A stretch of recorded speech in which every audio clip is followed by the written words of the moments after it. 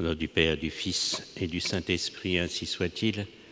Eh bien, chers frères, saint Paul, dans l'Épître aux Éphésiens, dont nous lisons un passage aujourd'hui, nous dit que les jours sont mauvais.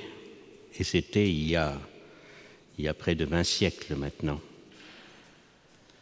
Et aujourd'hui, il faut bien dire qu'ils ne sont pas meilleurs, loin de là. Et qu'est-ce qu'il dit en conséquence? Il dit aux Éphésiens, aux chrétiens d'Éphèse, cette grande ville d'Asie mineure, « Conduisez-vous avec prudence », voilà, côté, avec prudence, et non pas en insensé. Conduisez-vous comme des hommes sages, car les jours sont mauvais. Donc la prudence chrétienne, et non pas un insensé. L'insensé, c'est celui, l'imprudent, c'est celui qui agit sans considérer les choses avant. Il agit tout de suite, par impulsion, sans réfléchir. Voilà, ça me plaît, je prends. Ça ne me plaît pas, je rejette. On ne discute pas, on ne réfléchit pas. Et ça, c'est un manque de prudence. Quand les temps sont mauvais, il faut nécessairement, ce n'est pas notre faute, nous ne sommes pas responsables que les temps sont mauvais, mais il faut en conséquence agir. Et je prends toujours un exemple, l'exemple de la personne qui doit avancer sur un terrain miné. Cette circonstance, on vous en parle constamment dans les informations ces temps-ci, un terrain miné par l'ennemi. L'inconsidéré, il dit « je vois rien, j'y vais ».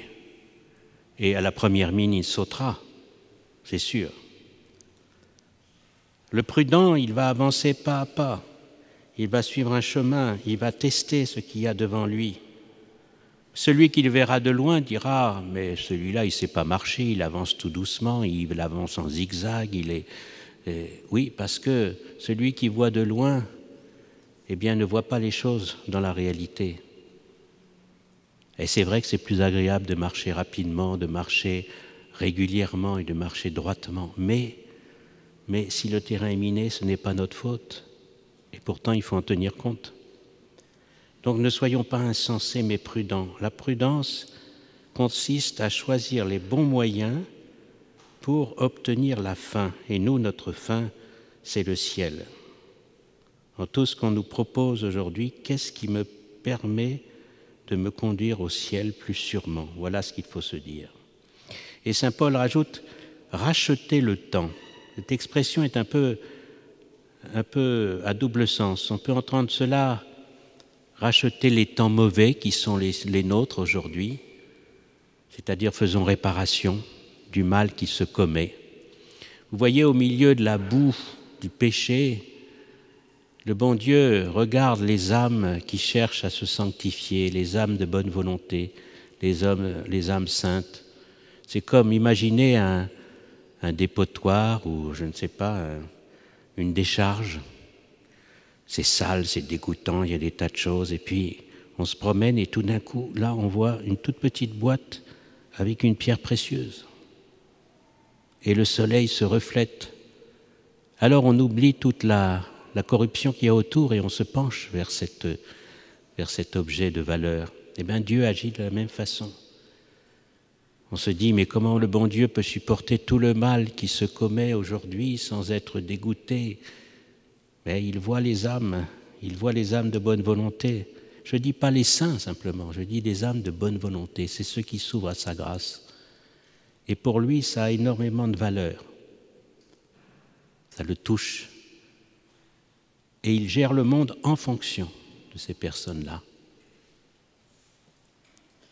Oui, les temps sont mauvais, donc il faut déjà réparer, être comme des paratonnerres. Mais en même temps, racheter le temps, c'est rattraper le temps perdu. Que de temps perdu, mes bien chers frères, aujourd'hui spécialement. On perd un temps. Il y a des choses qui sont nécessaires dans la vie. Il faut se laver, il faut manger, il faut dormir, ça prend énormément de temps. Les anges du haut du ciel doivent se poser des questions. Qu'est-ce que c'est que ces êtres humains qui passent tant de temps à s'occuper de leur corps? Et c'est nécessaire. Je ne parle pas de... s'occuper de son corps inutilement, mais nécessairement. On passe près de la moitié de notre vie à dormir. Alors, rien que cela, et ça doit les étonner, eh bien, rachetons le temps que nous avons perdu inutilement, soit pour s'occuper de nous, soit des choses vaines. Et mon Dieu, des choses vaines, aujourd'hui, il y en a. Des heures et des heures passées à ne rien faire ou à lire des choses complètement inutiles, sans intérêt, à regarder des séries sans rien. Ça vous laisse aussi vide après s'être ingurgité toute la série pendant des heures. On est aussi vide que quand au départ. Et si on avait utilisé 1% de ce temps qu'on a perdu à regarder des idioties, eh bien, si on l'avait utilisé pour quelque chose, je ne parle même pas de la prière, mais simplement pour se cultiver, pour réfléchir, pour connaître la vérité sur les choses, pour s'instruire utilement. Oui, nous perdons notre temps et il nous sera demandé compte du temps perdu à l'heure du jugement. Ce n'est pas une idée à nous, ça, c'est dans l'Évangile. Notre Seigneur dit même qu'il y a même une simple parole oiseuse, ne sera pas oubliée à l'heure du jugement. Bien, chers frères, oui, les temps sont mauvais, on doit agir avec prudence, ne pas perdre notre temps. Ce n'est pas parce que le monde, propose de perdre son temps dans cette civilisation du loisir qu'il faut vivre selon l'esprit du monde. Aujourd'hui, nous vivons un temps exceptionnel qui est le temps de la destruction de l'ordre surnaturel. Par quel moyen ? Le démon utilise, l'enfer utilise un moyen qui est nouveau en soi depuis 1 siècle et demi, 2 siècles, c'est la destruction de l'ordre naturel. Parce que l'ordre surnaturel, l'ordre de la grâce, l'ordre de l'élévation des âmes à la grâce de Dieu, ce monde surnaturel ne peut pas se greffer s'il n'y a pas le monde naturel. Et regardez, aujourd'hui, c'est la destruction de la famille. Et de quelle manière ? C'est même la destruction de la distinction entre un homme et une femme, vérité élémentaire qui fonde toute la société, toute la vie humaine. Dieu les fit hommes et femmes, est-il dit dans la Genèse. Regardez toutes les formes d'athéisme. Je ne parle pas de l'abandon ou l'absence de la vraie religion, je parle simplement de l'athéisme. Des gens qui ne veulent pas croire en Dieu, ou des gens qui disent qu'on ne peut pas savoir si Dieu existe, mais de toute façon, si Dieu existe, c'est l'agnostique, si Dieu existe ou Dieu n'existe pas, ça ne changera rien à ma vie. C'est une violation de l'ordre naturel. Même sans la révélation, un homme peut savoir que Dieu existe et doit s'orienter à cela. L'insubordination, la révolte de toute la société au nom des droits de l'homme, on ne supporte plus aucune autorité. Et les enfants dans les écoles sont éduqués à cette insubordination. Et on voit les conséquences et on voit jusqu'où ça va. Les événements d'il y a quelques jours sont là. C'est inouï. Inouï. Oui, les temps sont mauvais. Et saint Paul nous dit alors, ne soyez pas inconsidérés, c'est-à-dire ne soyez pas imprudents, comprenez bien quelle est la volonté de Dieu, quelle est la volonté du Seigneur sur vous.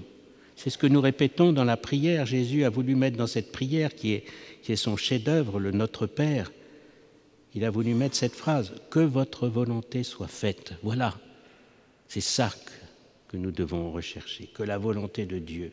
Toute la vie de l'homme, c'est de rechercher la volonté de Dieu, qui se manifeste par les commandements, qui se manifeste par la loi naturelle, qui se manifeste par les événements que nous avons à subir. Et saint Paul parle des mœurs, ensuite il dit « Ne vous enivrez pas de vin ». Le vin, c'est la source de la débauche, c'est-à-dire de la luxure. Il rajoute, mais remplissez-vous de l'Esprit Saint, du Saint-Esprit. Oui, du Saint-Esprit. Il y a comme un jeu de mots là pour saint Paul. Vous voyez, le vin remplit notre corps. Et vous savez quel est l'état d'un homme qui a pris trop de vin. Et le Saint-Esprit, eh bien, va remplir, lui, notre âme. Le vin remplit notre corps, mais il vide l'esprit. Il n'y a rien de plus bête qu'un homme qui a trop bu. Eh bien, celui qui vit, au contraire, dans la sobriété, va remplir son âme du Saint-Esprit. Et cela va mener à la chasteté.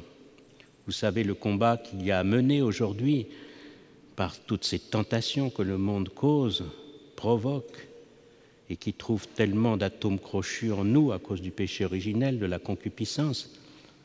Mais le Saint-Esprit est là, si nous allons puiser dans les sacrements les forces nécessaires, nous pouvons résister, mais surtout, ne baissons pas les bras en disant « c'est trop dur, les tentations sont trop grandes, ça ne sert à rien de se battre ». Et ça, c'est là que le démon espère. Le démon, vous savez, il a beaucoup de cordes à son arc.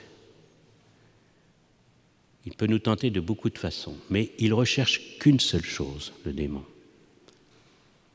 Et c'est une chose qui lui est connaturelle, maintenant qu'il est dans le péché. Le démon est le grand désespéré. Le grand désespéré. Et donc, ce qu'il cherche, c'est à nous décourager. Ça ne sert à rien de se battre. Baisse les bras, c'est fini, tu n'y arriveras pas. Et c'est très fréquent au niveau des tentations contre la chasteté, tout ça. Il peut les multiplier. Et on a lutté, on lutte un peu au début, à la fin on ne lutte plus. Et le résultat, c'est le désespoir. J'y arriverai jamais, alors il faut autant pécher. Parce que c'est ce qu'a fait Luther. Et on voit où c'est arrivé. Et quand le démon tient une âme par le désespoir, il la tient.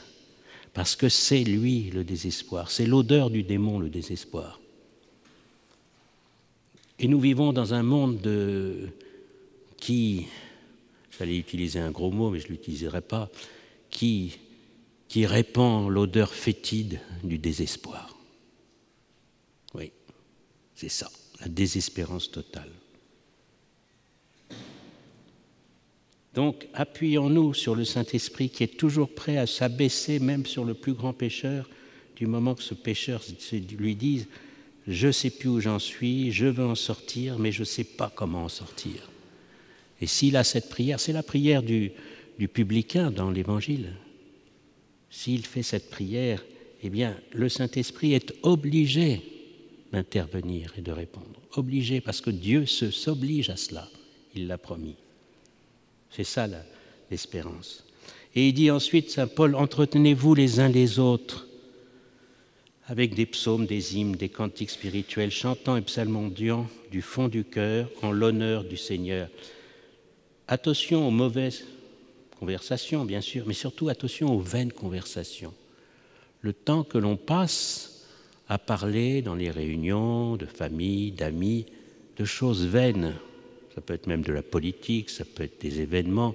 Bon, il faut être au courant un peu de ce qui se passe dans le monde, mais c'est des heures et des heures sur du vent. Sur du vent. Et il n'y en a pas un qui puisse essayer d'aborder un sujet un petit peu plus élevé. Savoir rendre grâce, savoir élever le débat dans une discussion, c'est ça aussi la charité. Remonter le sujet un peu plus haut. Et le respect humain qui nous bloque aussi. Le respect humain. On n'ose pas dire, on se liquéfie. On a peur du monde, de la réaction du monde. Si l'on dit, eh bien, oh, moi je prie, quand je ne me sens pas bien, je prie. J'ai perdu quelqu'un de ma famille, je suis triste, eh bien, je vais à la messe et je me sens plus proche de lui. Et je communie et ça me donne la force de porter cette croix. On s'imagine que les gens vont éclater de rire, vont nous tourner en dérision, vont rougir. Oh, certains le feront certainement, mais pas tous. Pas tous. Soyons sincères dans nos conversations et soyons des personnes de conviction, sachons défendre nos positions, nos convictions. Le monde arrive et souvent avec force. Vous savez, c'est comme les saltimbanques sur les marchés autrefois, il y avait des gens qui vendaient des produits et ils parlaient sans arrêt. Et si vous prenez ça, je vous donne ça et vous aurez ça en plus. Et ça, c'est l'appareil qui sert absolument à tout faire. Et on n'a pas le temps de réfléchir et tout le monde finit par prendre un truc qui ne sert à rien du tout. Voilà. C'est ça.